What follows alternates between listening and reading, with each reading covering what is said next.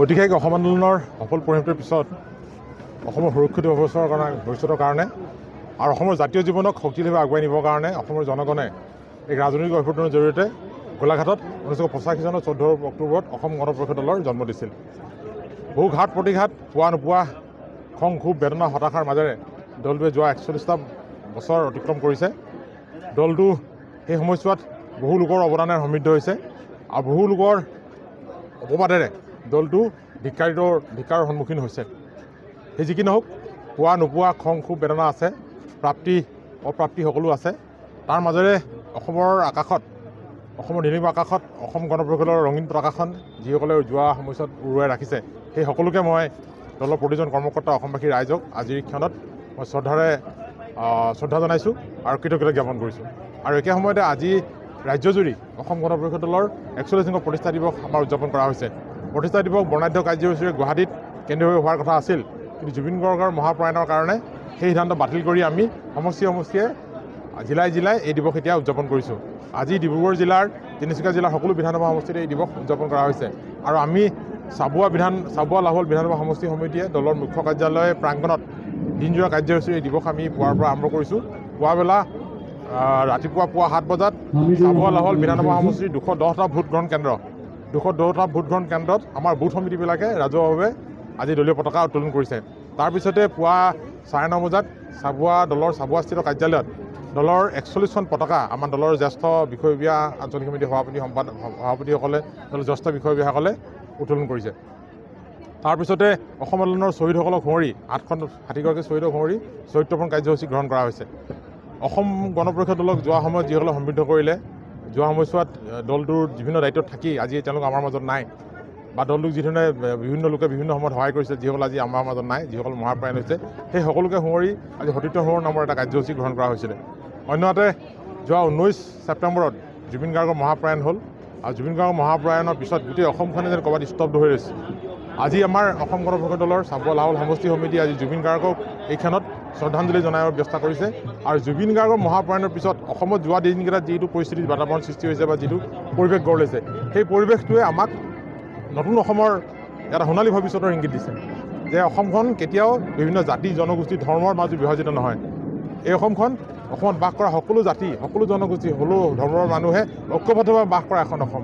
গতিকে আমাৰ জুবিন গাৰ্গে আমাক যিটো পথ দেখুৱালে, জুবিন গাৰ্গৰ মহাপ্ৰয়াণৰ সময়ৰ পাছত অসমে যিটো পৰিৱেশ দেখুৱালে, সেই কথাখিনিক আমি সন্মুখত ৰাখি ভৱিষ্যত দিনত অসম গণ পৰিষদ দল, আমি যিটো এটা ধৰ্মনিৰপেক্ষ দল, আমি সেই দৃষ্টিভংগীৰে আগবঢ়াৰ কাৰণে আজি আমি ইয়াত সংকল্প গ্ৰহণ কৰিছোঁ। জুবিন গাৰ্গক আমি কিছুদিনৰ আগতে আমি এটা সিদ্ধান্ত গ্ৰহণ কৰিছিলোঁ যে জুবিন গাৰ্গ এগৰাকী কেৱল অকল গায়কে নহয়, এই জুবিন গাৰ্গে অসমীয়া জাতীয় জীৱনক, অসমখনক তেখেতৰ গীত মাতেৰে আমাক সমৃদ্ধ কৰি গৈছে। তেখেতৰ চিন্তা দৰ্শনেৰে অসমীয়া জাতিক ঐক্যবদ্ধ কৰি গৈছে। গতিকে জুবিন গাৰ্গৰ কেতিয়াও মৃত্যু নাই, জুবিন গাৰ্গ অমৰ। গতিকে জুবিন গাৰ্গৰ স্মৃতি যুগমীয়া কৰি ৰাখিবৰ কাৰণে চাবুৱাত আমি ৰাজহুৱাভাৱে এটা তেখেতৰ স্মৃতি সৌধ নিৰ্মাণ কৰাৰ পৰিকল্পনা গ্ৰহণ কৰিছোঁ। আৰু একেলগতে জুবিন যিহেতু শিল্পী আছিল, তেখেত সংগীতৰ মানুহ আছিল, জুবিনৰ নামত এখন সংগীত বিদ্যালয় প্ৰতিষ্ঠা কৰাৰ কাৰণে আমি এই সিদ্ধান্ত গ্ৰহণ কৰিছোঁ।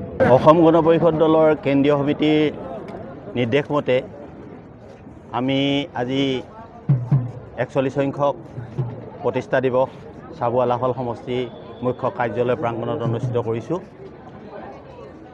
আমাৰ সমূহীয়াভাৱে গুৱাহাটীত অনুষ্ঠিত হোৱা কথা আছিল, কিন্তু আমাৰ সকলোৰে হিয়াৰ আমঠু জুবিন গাৰ্গৰ আকস্মিক মৃত্যুৰ কাৰণে সকলো কাৰ্যসূচীবিলাক বাতিল কৰি সমষ্টি আৰু জিলাত এই কাৰ্যসূচী অনুষ্ঠিত কৰিবৰ কাৰণে আমাৰ কেন্দ্ৰীয় সমিতিয়ে নিৰ্দেশ দিলে। আজি সেই অনুসৰি আমি আজি অনুষ্টুপীয়াকৈ এই আমাৰ কাৰ্যালয়ত আজি 41সংখ্যক প্ৰতিষ্ঠা দিৱস উদযাপন কৰিছোঁ। যোৱা বছৰ আমি কেন্দ্ৰীয়ভাৱে চাবুৱা সমষ্টিতে উদযাপন কৰিছিলোঁ। প্ৰায় 30,000তকৈ অধিক লোকে সমবেত হোৱা এই অনুষ্ঠানত আমি সফলভাৱে অনুষ্ঠানটি শুভাৰম্ভ কৰি আৰু সমাপ্ত কৰিব পাৰিছিলোঁ। গতিকে আমাৰ এইবাৰ আমি অনুষ্টুপীয়াকৈ এই অনুষ্ঠানটো আয়োজন কৰিছোঁ। গতিকে আমাৰ মনত দুখ আছে, আমাৰ মনত ক্ষোভ আছে। গতিকে এই ক্ষোভখিনি আমি প্ৰকাশ কৰিব পৰা নাই। তথাপিতো আমাৰ যিটো আঞ্চলিক দল, এই আঞ্চলিক দলটো আজি তাৰিখত 1985 চনত গোলাঘাটত জন্ম লাভ কৰিছিল। সেই দিনটো প্ৰতি বছৰে অসম গণ পৰিষদ দলে পালন কৰি আহিছে। আমি চালুকীয়া আমি 1985 চনত জন্মগ্ৰহণ কৰা দলটো আমি অত্যন্ত অনভিজ্ঞ আছিলোঁ। আমাৰ নেতাসকল অনভিজ্ঞ আছিল। শিক্ষাৰ দেউনা পাৰ হৈ কিছুমান শিক্ষানুষ্ঠানৰ পৰা ডাইৰেক্ট আহি ৰাজনৈতিক অংশগ্ৰহণ কৰাৰ কাৰণে কিছুমান অসমৰ যিবিলাক জ্বলন্ত সমস্যা ৰাজনৈতিক সৰ্বভৌতীয় ৰাজনীতিবিলাকে যি ধৰণে সংগঠিত কৰিবিলাক কামবিলাক কৰে, ঠিক সেইধৰণে আমি যিধৰণে মানুহে বিচৰা মতে আমি কামবিলাক কৰিব পৰা নাছিল।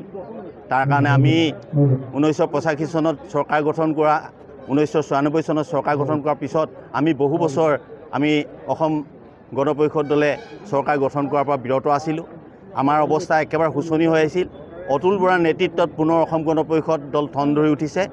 গতিকে আমাৰ শক্তি ইতিমধ্যে দিনক দিনে বৃদ্ধি পাইছে। ইতিমধ্যে আপোনালোকে জানে চাবুৱা লাহোল সমষ্টিত অসম গণ পৰিষদৰ দল ভেটি যথেষ্ট শক্তিশালী। এই চাবুৱা লাহোল সমষ্টিটো এটা জাতীয়তাবাদী সংগঠন, শক্তিশালী সংগঠন থকা এইটো এটা সমষ্টি।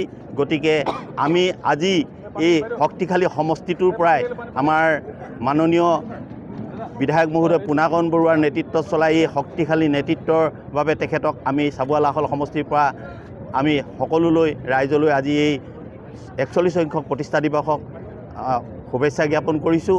আৰু সকলোৱে যাতে আমাৰ লগত সমিল মিলেৰে জুবিন গাৰ্গে যিটো পথ দেখুৱাই থৈ গৈছে, সকলো ধৰ্ম জাতি ভাষা ভাষী সকলোৱে একেলগ হৈ যেনেকৈ আগবাঢ়ি যাব লাগে, আমি অসম গণ পৰিষদ দলে আজি 41 সংখ্যক প্ৰতিষ্ঠা দিৱসত এইটো সংকল্প লৈছোঁ। সকলোৱে আমি একলগ হৈ আমি আগবাঢ়ি যাম।